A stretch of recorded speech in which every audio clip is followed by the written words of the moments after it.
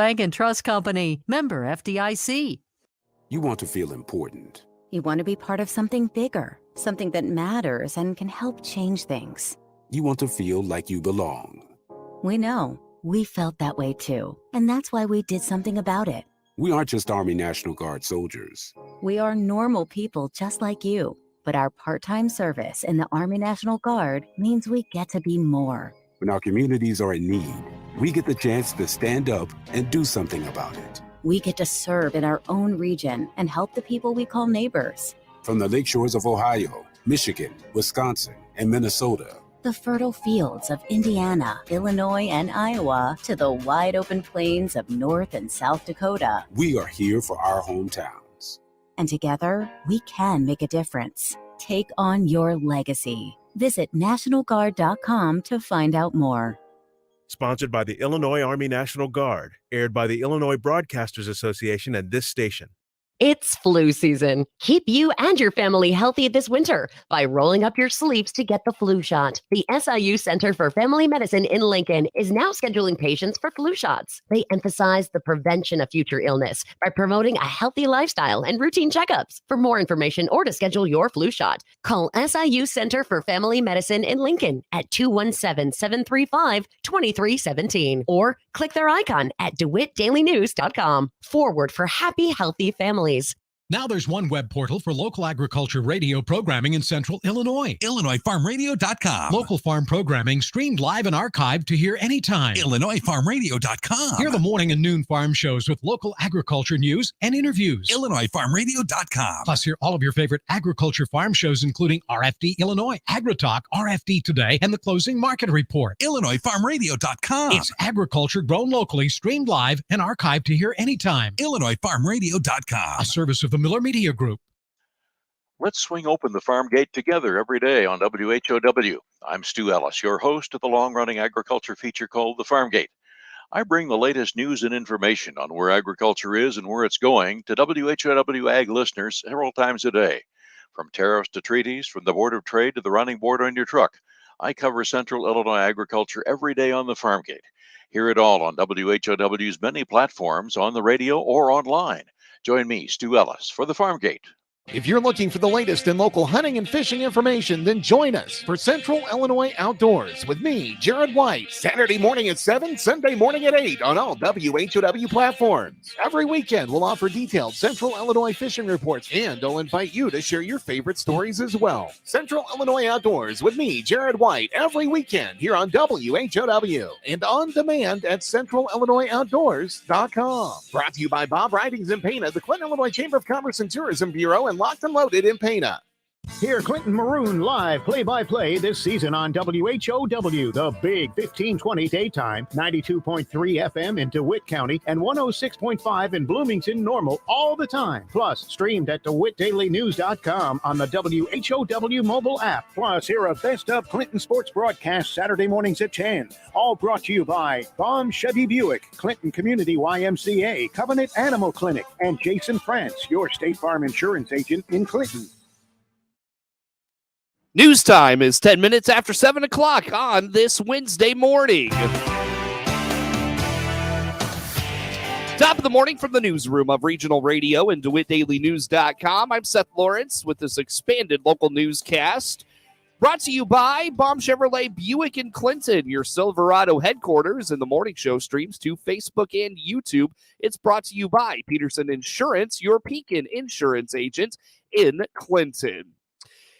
Would it be an Illinois winter if we didn't follow up a major winter weather event with a completely opposite weather system a week later? Ed Shimon at the National Weather Service says after last week's late week winter weather event and the bitter cold that followed, things are trending to be more above normal as we head to the New Year weekend. The Climate Prediction Center 6 to 10 day outlook is showing basically equal chances of above or below normal, but trends are warmer and less precipitation during that the 26th to the 30th time frame next week, and solidly in the 8 to 14 day outlook at the end of the month through January 3rd above normal, like really solidly above normal temperatures.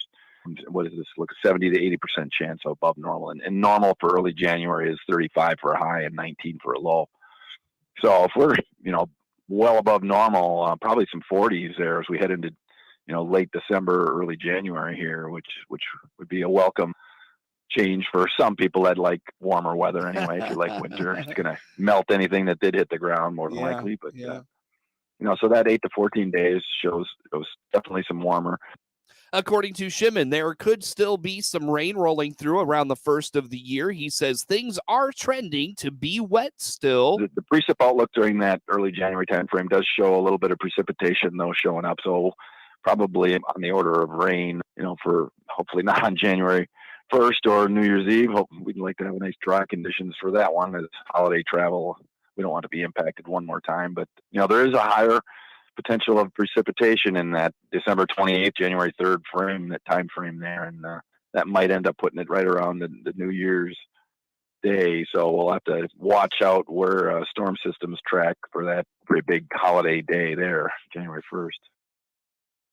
For the remainder of January, temperatures are equal chances for above or below normal temperatures, which Shimon points out means a variety of precipitation forms, including ice, could be on the way. Yeah, the outlooks continue the above normal precipitation outlook, but just equal chances of above or below normal temperatures for the entire month of January. So if we're starting out really warm, there probably will be and end up having some colder outbreak to offset that first week of January if it is, above normal as the guidance is showing here pretty solidly. So that means mixed precipitation possibly, or another dose of snow as we head into mid-January probably. So maybe rain to start out the year, but some snow is probably coming in that second week of January if we keep an eye on that time frame at this point. But there's no real cold snaps, overly cold, showing up in the guidance for that whole month. But below normal is up in Minnesota and then the Dakota, so it's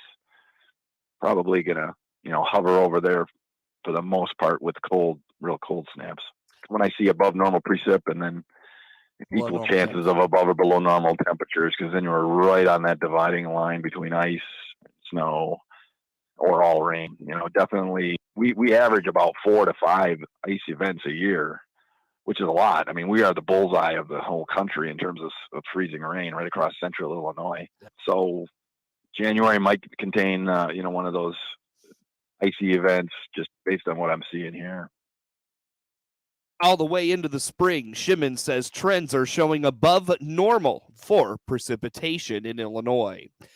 The Warrensburg-Latham School Board at its December board meeting approved a new emergency plan. Cheryl Warner is the superintendent of Warrensburg-Latham Schools and details the emergency operation plan and says it's based on FEMA recommendations. The document has information about what to do in just about every crisis that could happen within a school. We approved our new and updated emergency operation plan, which is based on FEMA recommendations. So ultimately, that's about a 100-page document that kind of guides us in every scenario and situation that could potentially happen in terms of crisis or emergencies in the school setting. All the way from active shooters to weather-related emergencies or natural disasters, train derailment, those kinds of things. So very broad, right? And then that plan is kind of broken down into lots of smaller components that give us the nitty-gritty of the day-to-day. So we've made tremendous progress in that, which we feel good about the direction that we are headed. Schools across the nation have seen an increase in active shooter threats. Warner says Warrensburg-Latham schools will start ALICE drills when students return later in January, which is required by the state of Illinois. One of the key things for us, and it's an unfortunate reality, right, in society and schools, is that we all have to be prepared for the inevitable of if there actually were to be an active shooter situation. And unfortunately, we've seen in the media and the news schools dealing with more threats than they have ever in the past, whether they're false or true. It's happening. So I'm a certified ALICE active shooter trainer. So at this point, all of the staff at Warrensburg have been trained. And then when we come back from Christmas break, we will start planning drills that would actually involve students and law enforcement, which we're required to do in the state of Illinois. So that training will kind of continue along the spectrum to make sure that everybody knows what do we do in that kind of situation. because we know when something like that happens, typically it takes 5 to 6 minutes or sometimes longer for law enforcement to show up. So the goal is to delay that incident and decrease the amount of injuries as much as possible. And that's left up to the staff to do, because that's our reality. Warner says rather tragedies that occur at other schools allows schools across the country to learn what went wrong and what effective and incorporated into their plans. Warner notes ALICE is a nationally recognized and recommended program for schools to use. Mentioned ALICE active shooter training, and that's a program that's actually promoted by the U.S. Department of Education, the Department of Health and Human Services, Homeland Security, Department of Justice, FBI, and also FEMA, because they do in-depth research on all of these tragedies. And some little things that we have learned that are, some kind of technical, easy things that can be shared is some of the techniques that these active shooters actually engage in. So for example, when I go and I train schools, we talk about some of the statistics.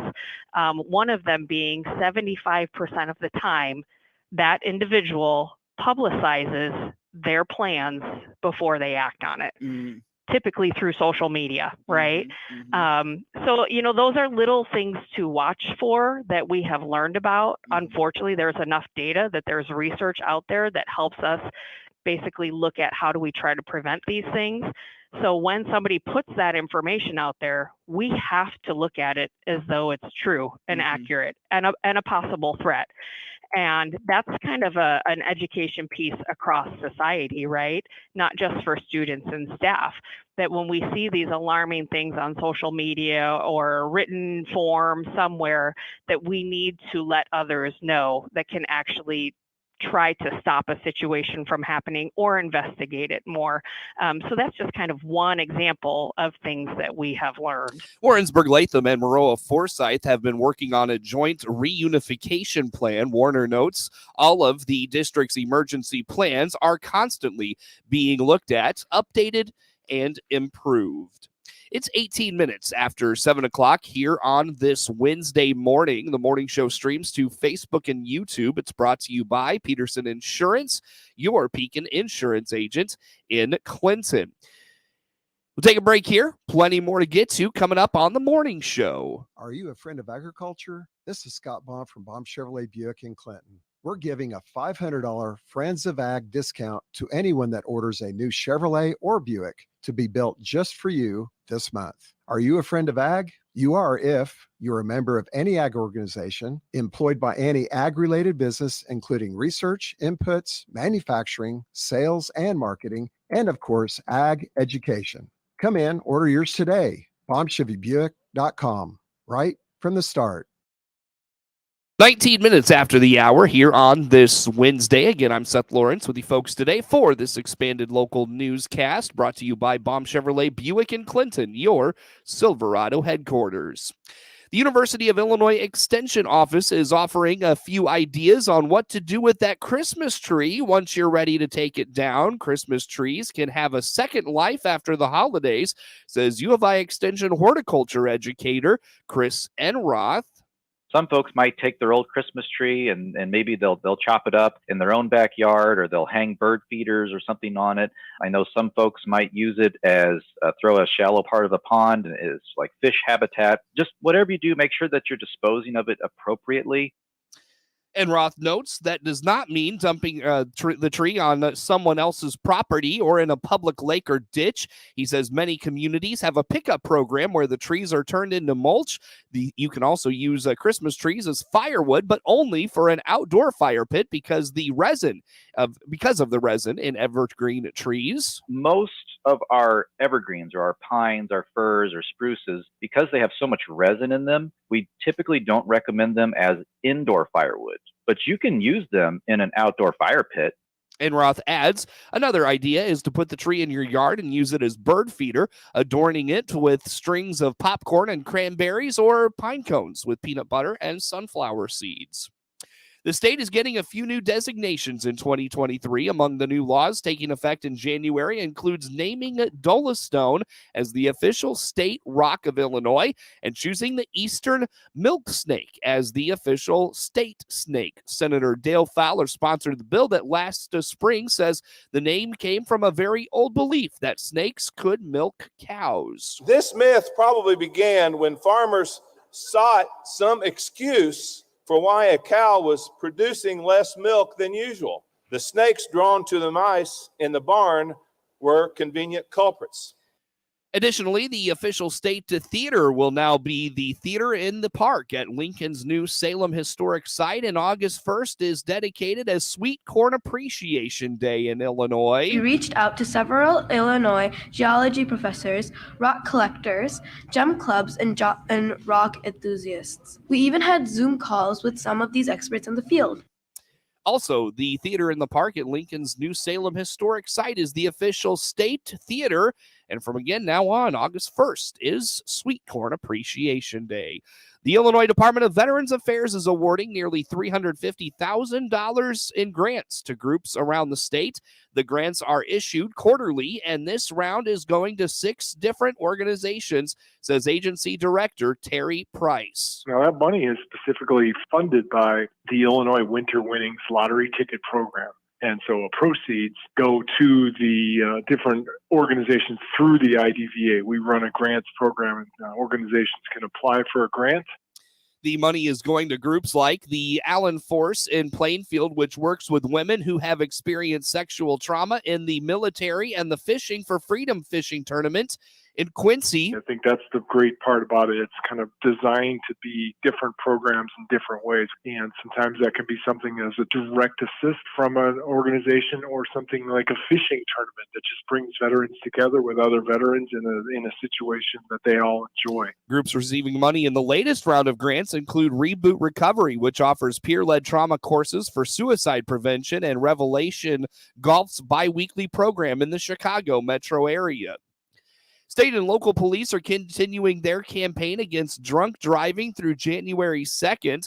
The Drive Sober or Get Pulled Over effort is underway for the holidays. Illinois Department of Transportation spokesperson Paul Whippel says, unfortunately, DUI deaths are on the rise. Last year, 275 people died in alcohol-impaired crashes in the state of Illinois, which was an increase of 50 deaths from the year before, from 2020. We always want the goal to be 0. Please don't drink and drive. Don't drive impaired. Police will also use increased patrols to identify speeders, those not wearing a seatbelt, and distracted drivers. How do 2 USDA programs centered on foreign export market development and market access provide benefits to our nation's economy and to the ag sector? Rod Bain tells us. How might foreign market promotion and development for U.S. ag goods benefit the economy and export opportunities? USDA Foreign Agricultural Service Deputy Administrator Mark Slupek says a once every 5-year study is focused on its market access and foreign market development programs. This year, a study was completed by IHS Markit in cooperation with Texas A&M University. So the findings of the most recent study indicates that the MAP and FMD programs increase exports by about $9.6 billion annually, which represents about 13.7% of ag, fish, and forestry exports. In addition, the study determined that the U.S. ag export value increased by $24.50 for every dollar invested in export market development. He adds the study shows market development investment contributes about $45 billion annually in economic output and $22.3 billion in gross domestic product, creating thousands of U.S. jobs. FAS recently announced its MAP and FMD funding awards for this fiscal year. Under the MAP, we provided in the first round about $176 million in funding to 67 nonprofit organizations and cooperatives. That's actually a little bit short because the 4 wood groups that we fund work together. So really we're funding a little bit over 70 different organizations through the MAP. The FMD program, about $27 million has been allocated so far to 20 trade organizations that represent U.S. ag producers. As the deputy administrator alluded to, it is more than bulk commodities covered under MAP and FMD funding. Under the FMD, because of consumer promotion, we cover the entire spectrum of horticultural products, fruits, vegetables, tree nuts, etc. We also cover unusual items such as ginseng. And people often forget that we cover fish products and forest products under these programs as well. There's almost nothing you can think of in the ag world that's exported by the United States that doesn't participate in these programs. MAP and FMD recipients use allocations in ways such as working with FAS offices in export countries to resolve trade barriers,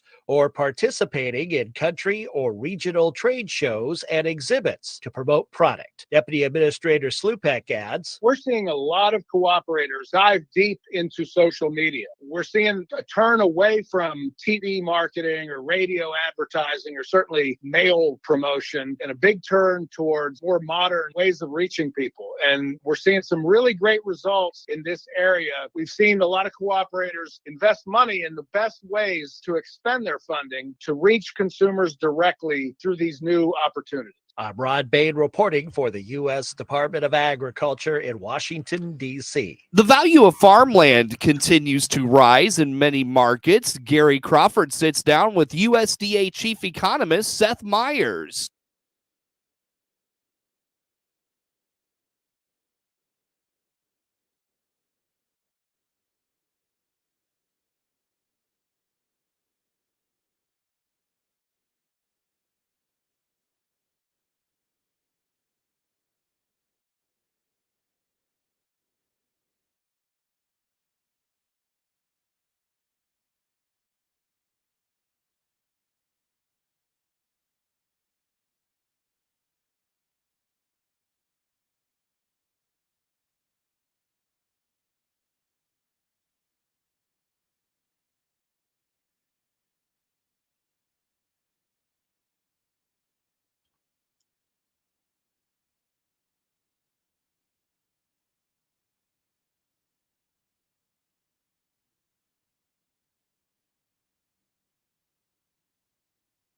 Myers also dives into corn growers and their acreages in 2023.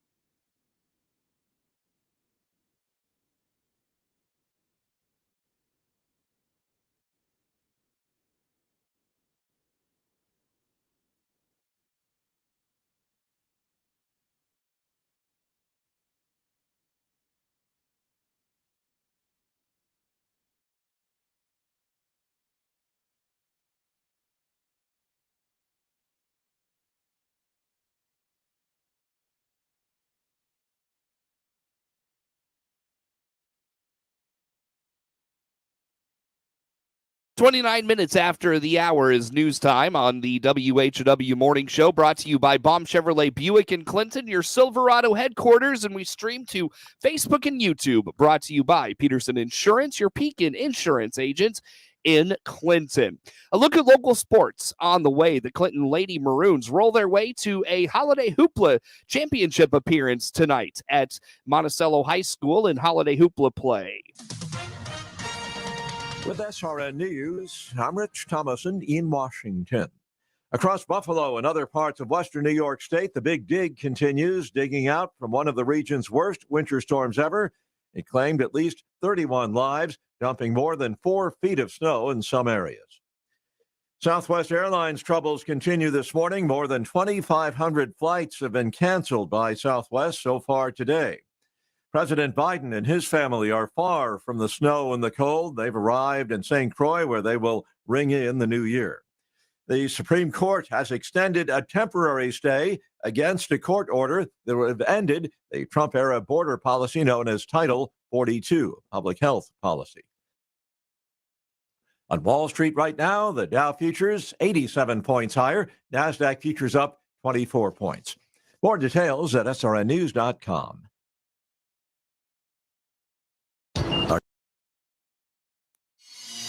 With SRN Sports, I'm Michael Harrington. Let's start with NFL news. Even though he's still playing great football, looks like J.J. Watt is ready to call it a career.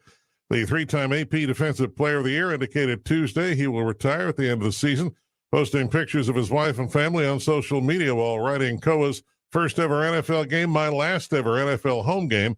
My heart is filled with nothing but love and gratitude. It's been an honor and a pleasure. Watt and his wife, Kelia, became parents in October. Koa is the name of their son. The 33-year-old Watt amongst the premier defensive players in the NFL during the 2010s with the Houston Texans. Moving on to NBA action from yesterday, it was the Lakers over Orlando 129-110, Wizards 116, Philadelphia 111. Boston got the better of the Rockets 126-102, Clippers 124, Toronto 113, Atlanta fell to Indiana 129-114. This is SRN Sports. Rounding up the rest of your NBA tallies from yesterday. Thunder 130, Spurs 114. Phoenix stopped the Grizzlies 125-108. It was Dallas over the Knicks 126-121 in overtime. Denver 113, Sacramento 106. Golden State beat Charlotte 110-105. In the National Hockey League yesterday, Carolina blanked the Blackhawks 3-0. It was the Capitals over the Rangers 4-0. Ottawa 3, Boston 2 in a shootout. The Islanders beat Pittsburgh 5-1. Dallas 3, Nashville 2. Minnesota dropped the Jets 4-1, while the Maple Leafs needed overtime to beat St. Louis 5-4. Arizona 6, Colorado 3. The Oilers over the Flames 2-1. Vancouver 6, San Jose 2, and the Kings beat the Knights by a 4-2 score. Buffalo and Columbus, that one postponed. AP Top 25 College Basketball, number 6 Texas over Texas A&M Commerce, 97-72. This is SRN. Time now for a look at sports. I'm Seth Lawrence with this report. The Clinton Lady Maroons defeated the Monticello Lady Sages 53-21 Tuesday afternoon in the final pool play game from the Holiday Hoopla. Lady Maroons were led by the Surf Pro of Piatt DeWitt County. Player of the game, Heidi Humbles, 17 points. Reagan Filkin scored 13. Avery Smith added 13 as well. The Lady Sages were led by the Surf Pro of Piatt DeWitt County. Player of the game, Lydia Burgers, 13 points. Clinton improves to 10-7 overall and will play for the tournament championship against Tuscola this evening. Monticello drops to 4-10 overall. The next Lady Maroons broadcast is Thursday, January 5th against Tri-Valley. Hear that game on all of WHOW's platforms.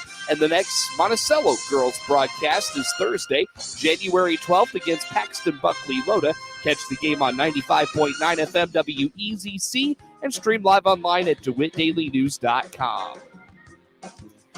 In a special simulcast broadcast on WHOW, WEZC, and at DeWittDailyNews.com, as well as the WHOW online digital platforms, Monticello overcame a fast start by Clinton to advance to its second straight Holiday Hoopla Championship with a 65-43 win in Holiday Hoopla action at the Seaver Center at Monticello High School Tuesday afternoon. Brooks Kluver and Dawson Graves made back-to-back threes to start the game, and the Maroons opened a 13-5 lead after the first quarter, but Monticello chipped away at the deficit to tie it at 20 going to the half.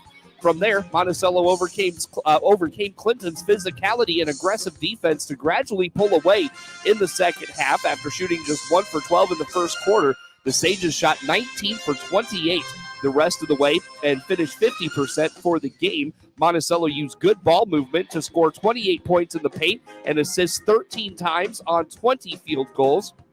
Trey Welter went 8 for 8 from the free throw line in the fourth quarter on his way to a game-high 20 points. Drew Shepard added 14 points and grabbed 8 rebounds. Shepard's ability to play through the physicality and aggressiveness on offense earned him the Monticello Sages Serve Pro of Piatt DeWitt County Player of the Game. A day after setting a Seavers Center scoring record, Dawson Graves was limited to 15 points. Brooks Kluver scored 11 for Clinton. Kluver's consistency for the Maroons on both ends of the floor earned him the Clinton Serve Pro of Piatt DeWitt County Player of the Game. Clinton's loss drops them to 12-2 overall. They will play for third place this afternoon at 3:30. Hear the action right here on WHOW and the many WHOW online digital platforms. Monticello goes for its second straight holiday Hoopla title at 7:30 tonight.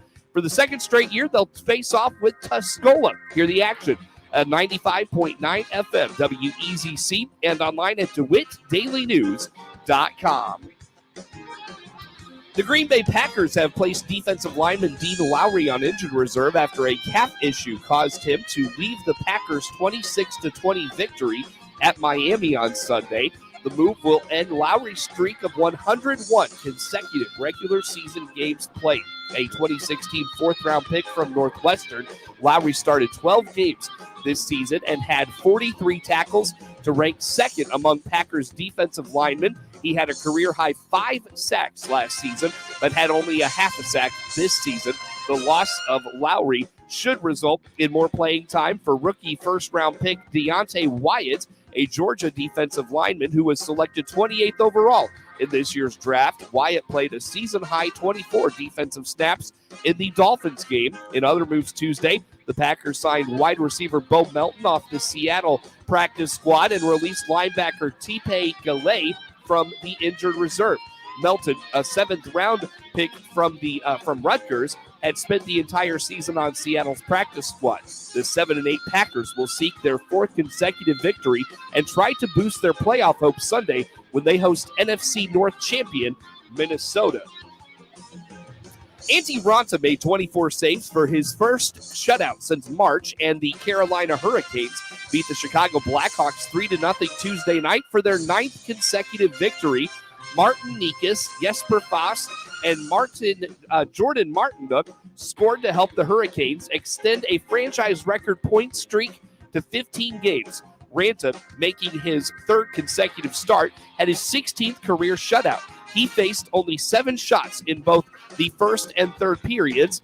There were dominating stretches for the Hurricanes, so Raanta had to make sure he was ready when called upon. The Blackhawks, who were aiming for back-to-back wins for the first time since late October, have lost 9 of their last 10 and have been shut out in 3 of those losses. Chicago goalie Peter Mrazek had 46 saves against one of his former teams.